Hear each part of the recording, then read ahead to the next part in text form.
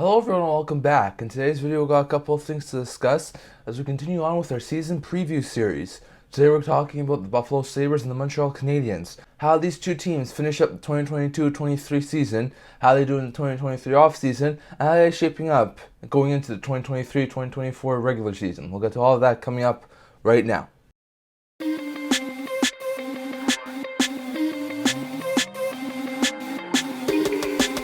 Hello everyone, welcome back to another video here at the Internet Talkie channel. As usual, we've got a couple more season preview series videos coming up here for this Thursday. We've got a couple of important teams to talk about over this next couple of videos. In this video, we're going to be talking about a couple of Atlantic Division teams, in the Montreal Canadiens and the Buffalo Sabres. So as usual, we'll start by discussing how they did in the 2022-2023 season.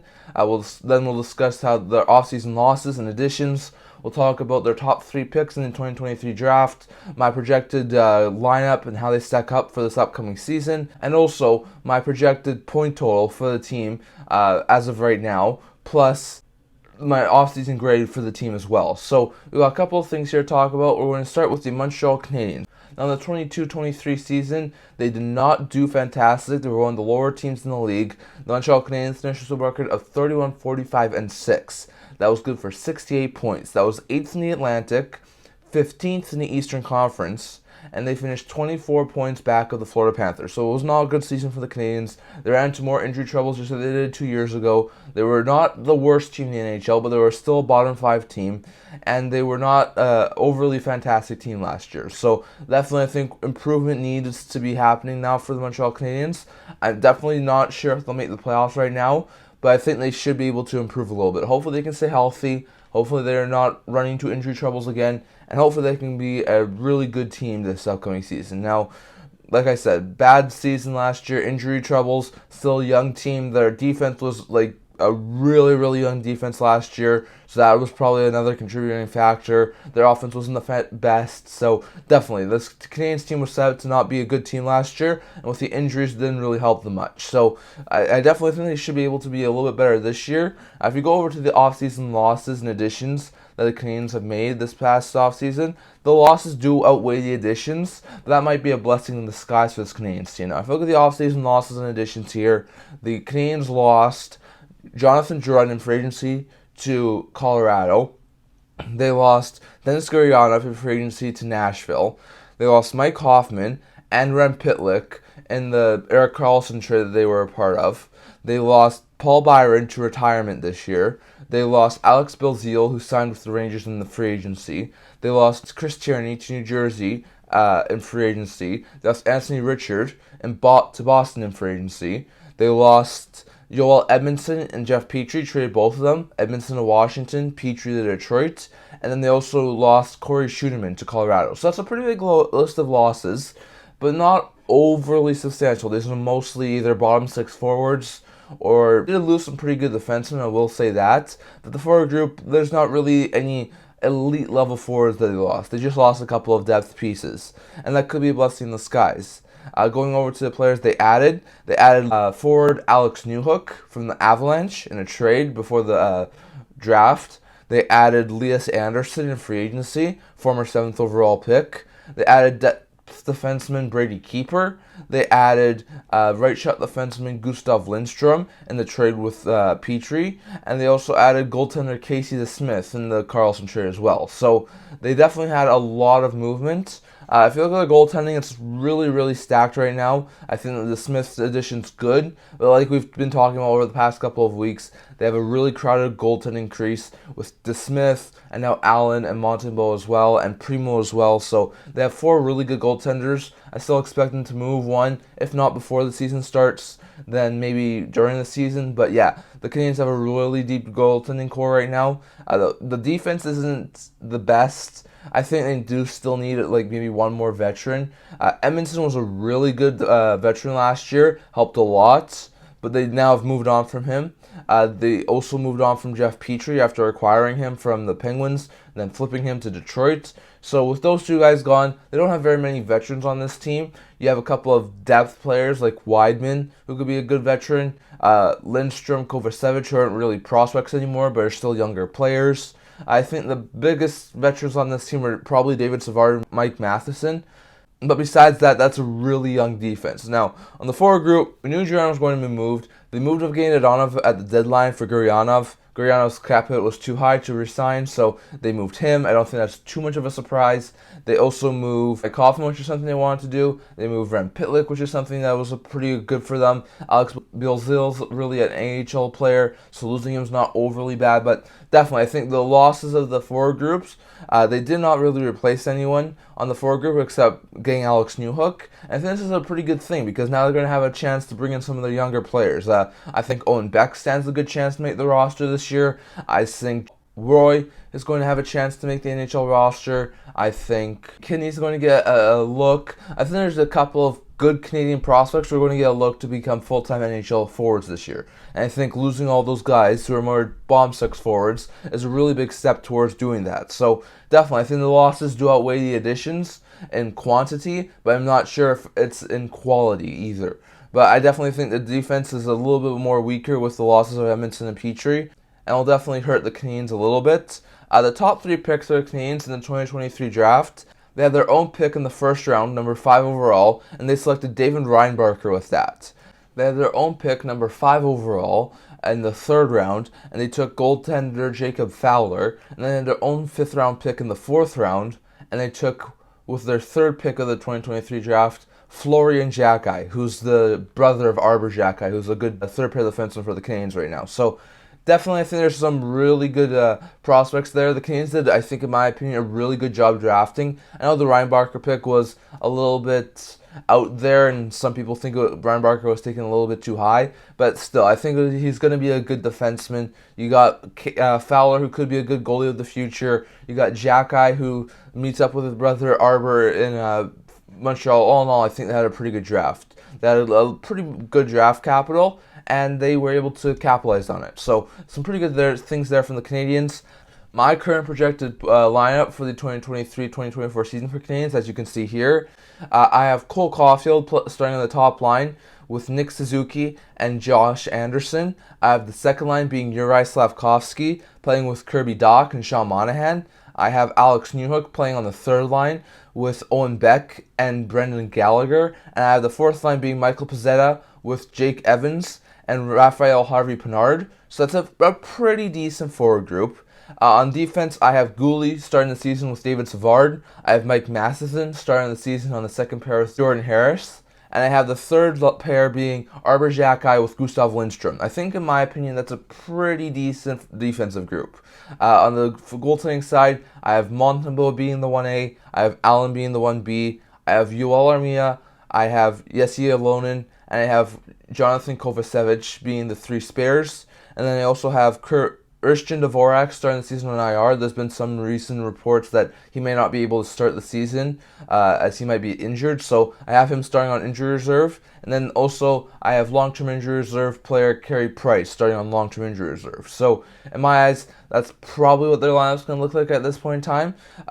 Their cap right now would be $74.83 million, which means that they would have easily a cap-compliant roster with Price on long-term injury reserve. So definitely, I think this Canadian team will do good. I see a couple of youngsters still on that team. I could see guys like Justin Barron maybe make the team.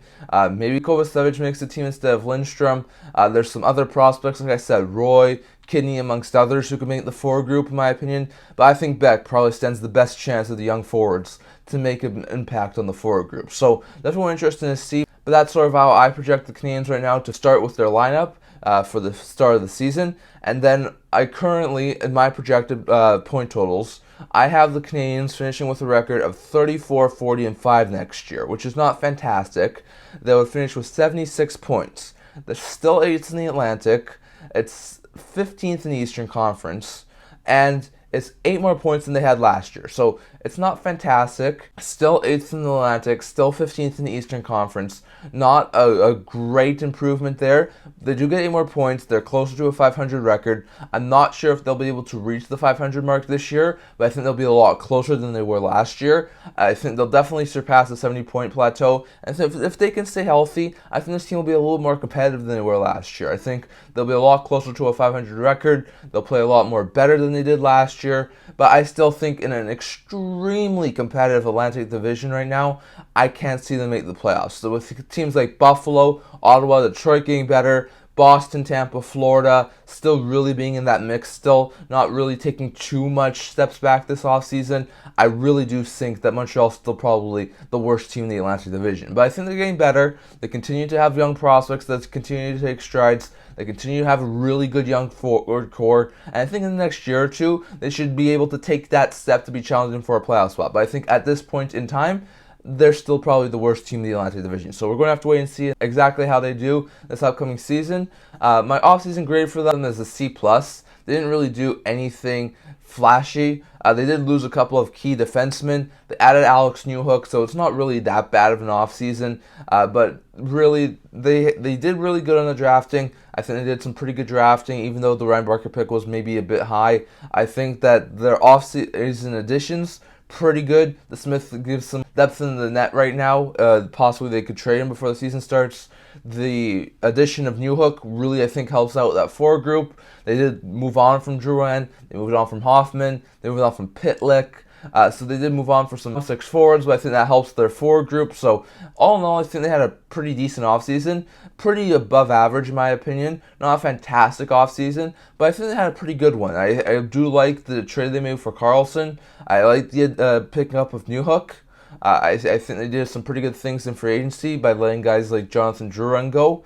But I still think they were still need to probably do a little bit more. I could have seen them add maybe one more top 4, top 6 defenseman who could definitely be a good veteran leader with some of these guys like Savard and Matheson.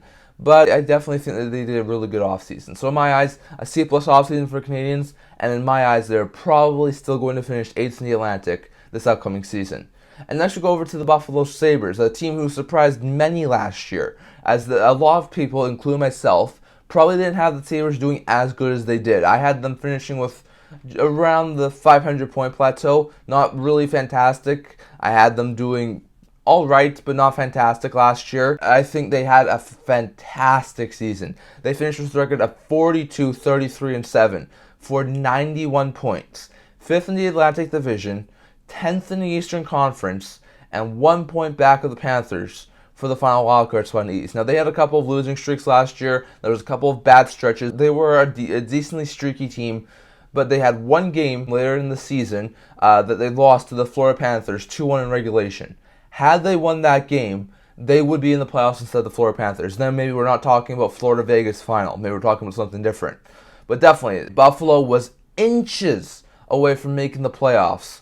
And I mean really inches. 1 point out of a playoff spot is not something that I think Buffalo can't overcome. And I think even though they got so close last year, they missed it by inches. I think they're going to do fantastic and a much better season this year. So in my eyes, Buffalo did really well last year. I don't think anyone had them getting nearly as many points as they did. Like I said, I had them probably around the 500 mark. Some people might have had them a little bit higher. I don't think anyone had them finishing only a point back of a playoff spot. So they're going to be looking to build off of this incredible season that they had this past year.